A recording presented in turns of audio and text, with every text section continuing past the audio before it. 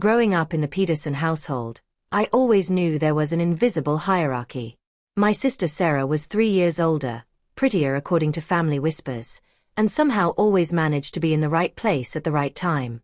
She was the one who brought home straight A's without trying, dated the captain of the football team, and later landed a job at a prestigious law firm right out of college.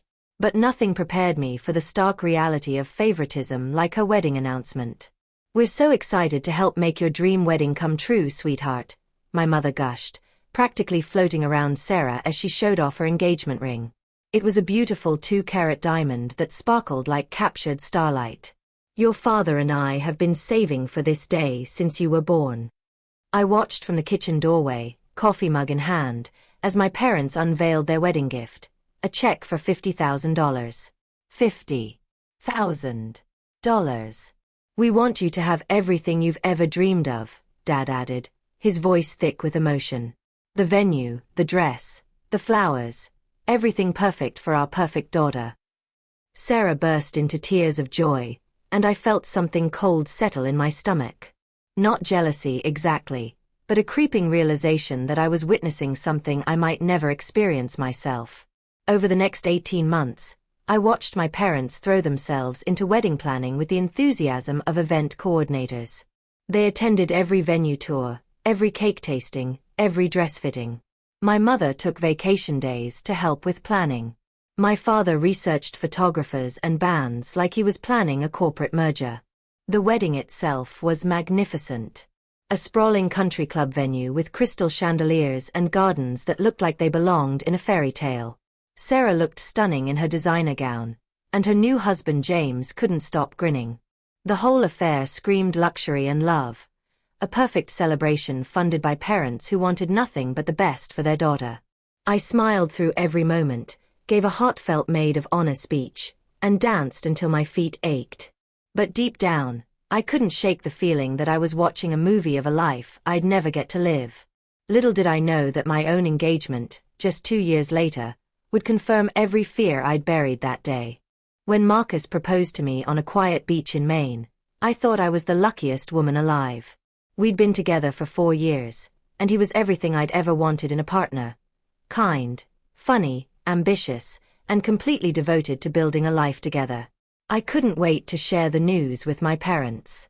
"Mom, Dad, I have something incredible to tell you," I said, practically vibrating with excitement as I held up my left hand. The engagement ring wasn't as large as Sarah's, but it was perfect, a vintage setting that Marcus had chosen specifically because he knew I loved antiques. My mother's face lit up. "Oh honey, that's wonderful. We're so happy for you both." My father stood up to give me a hug. "Marcus is a good man. You picked well, sweetheart." For a moment, everything felt perfect. I was basking in their approval, already imagining the conversations we'd have about venues and flowers and all the details that would make my wedding day special. "So," I said, settling into the familiar rhythm I'd watched Sarah navigate years before, "Marcus and I were thinking about having the wedding next fall. We've looked at a few places, and we have some ideas about what we want." "That sounds lovely, dear," Mom said, but something in her tone had shifted. The enthusiasm from moments before seemed to have dimmed. "We were hoping." I took a deep breath, remembering how easily this conversation had gone with Sarah. "We were hoping you might be able to help us with some of the costs. Nothing huge, just whatever you're comfortable with." The silence that followed was deafening. Dad cleared his throat. "Well, sweetheart, that's not really something we can do right now." I blinked, certain I'd misheard. "What do you mean?" "We mean," Mom said carefully, "that we can't contribute financially to your wedding. We're in a different place now than we were for Sarah's wedding." My heart started pounding. A different place? What's changed? "Well, for one thing, we spent a lot on Sarah's wedding," Dad said, avoiding my eyes. "And we're getting older. We need to think about retirement, about our own future." "But that was 2 years ago," I said, trying to keep my voice steady. "And it's not like I'm asking for the same amount. Even $5,000 would help us." "We just can't," Mom interrupted, her voice firm. You and Marcus are both working. You're adults. You can pay for your own wedding. The words hit me like a physical blow. I sat there, staring at my parents, trying to process what I was hearing. 2 years ago, they'd handed Sarah a check for $50,000 without blinking. Now they were telling me they couldn't spare $5,000? I don't understand, I whispered. You said you'd been saving for Sarah's wedding since she was born. Did you not save anything for mine? The look that passed between my parents told me everything I needed to know. They hadn't. They'd never planned to help me the way they'd helped Sarah. In their minds, she was the daughter who deserved the fairy tale. I was the one who needed to figure it out on her own. It's not about you personally, Dad said, but his words sounded hollow. It's just different circumstances. Different circumstances. That's what they were calling it. I left their house that night feeling like I'd been slapped. Marcus found me crying in our apartment, and when I told him what happened, his face went through a series of emotions I'd never seen before. They gave Sarah $50,000, he said slowly, but they won't give us $5,000? Apparently not. This isn't about money, he said, pulling me close. This is about how they see you. And that's not okay. As I fell asleep in his arms that night, I realized he was right. This wasn't about their financial situation. This was about the fact that my parents had always seen Sarah as the daughter worth investing in, while I was the one expected to make do with less. But they had no idea what their refusal had set in motion. The next few weeks were a blur of hurt feelings and difficult conversations. Marcus and I had to completely reimagine our wedding plans, scaling back from the church ceremony and reception we dreamed of to something much smaller and more modest. We could just go to the courthouse, Marcus suggested one evening as we sat surrounded by wedding planning books and crossed out venue options. Make it about us, not about impressing anyone. That's not the point, I said, though I wasn't sure I could articulate what the point actually was. I mean, I love you, and I'd marry you anywhere. But why should we have to settle for less because my parents decided I'm not worth the investment? It was during one of these planning sessions that the idea first came to me. I was scrolling through social media, looking at wedding photos from college friends, when I stumbled across something that made me pause. A GoFundMe page. Help Sarah and Tom have their dream wedding. I clicked on it out of curiosity. The couple had set a goal of $15,000 to help cover wedding costs because family circumstances had made it impossible for them to afford the celebration they wanted. I stared at the screen for a long time, an idea forming in my mind. It was audacious, maybe even cruel. But as I thought about my parents' easy generosity with Sarah and their cold rejection of any help for me, I felt something hardening in my chest. Marcus, I said slowly, what would you think about starting a GoFundMe for our wedding? He looked up from his laptop. I mean, if you want to. Some people do that. Though I'm not sure how much we'd raise. That's not really the point, I said, my mind racing. The point is the message it sends. Over the next few days, I crafted the GoFundMe page carefully. I told our story honestly but tactfully. I explained that we were both working professionals who had been planning to have a modest wedding celebration, but that unexpected circumstances had made even that difficult to afford. I didn't mention my parents directly, but I did include a line that I spent a long time perfecting. Unfortunately, family financial support that we had hoped for is not available. Then I did something that I knew would guarantee maximum impact. I shared it everywhere. Facebook, Instagram, my work email signature. I sent the link to extended family members, family friends, and anyone else I could think of who knew both me and my parents. The response was immediate and overwhelming. I had no idea you needed help with wedding costs, my aunt commented on the Facebook post. What happened to your parents helping out? They were so generous with Sarah's wedding. This is so strange, wrote a family friend. Your parents were practically wedding planners for Sarah. Why aren't they helping you? The donations started small, $20 here, $50 there. But more importantly, the questions started coming. People who had been at Sarah's wedding, who had seen my parents' over-the-top involvement and generosity, were now seeing me asking strangers on the internet for help. Within a week, my mother called. "What is this GoFundMe thing?" she demanded without preamble. "Aunt Linda called me asking why you're begging for money online." "I'm not begging," I said calmly. "I'm asking for help from people who care about us, since family support isn't available." "You're embarrassing us," she said, her voice tight with anger. "People are calling and asking questions. They want to know why we're not helping you." "And what are you telling them?" A pause. "That it's none of their business." "But it is their business, isn't it? When you make a big show of paying for Sarah's wedding and then refuse to help with mine, people notice. They remember. That's different and you know it." "How is it different, Mom? Explain it to me." She couldn't. She hung up instead. But the damage was done. The GoFundMe had raised about $3,000, which was helpful. More importantly, it had raised questions that my parents couldn't answer without admitting the truth, that they had always valued Sarah more than me. I thought that was the end of it. I was wrong. The call came on a Tuesday morning 3 weeks later. I was at work, reviewing budget reports, when my phone rang. "We need to talk," my father said without preamble. "Can you come over tonight?" There was something in his voice I'd never heard before, a kind of defeated exhaustion that made my stomach clench. "Is everything okay?" "Just, please come over.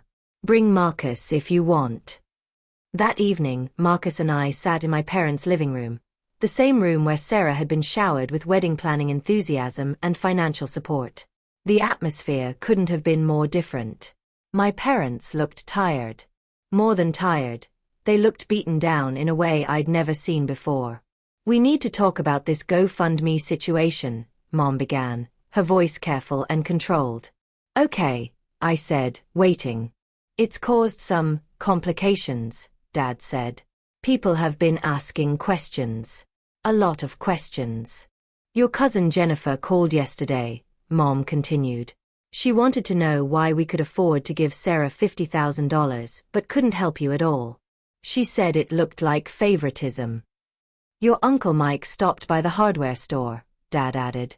"He asked me point blank if we were playing favorites with our daughters." I felt a flicker of satisfaction, but I kept my expression neutral. "What did you tell them?" "We told them it was complicated," Mom said.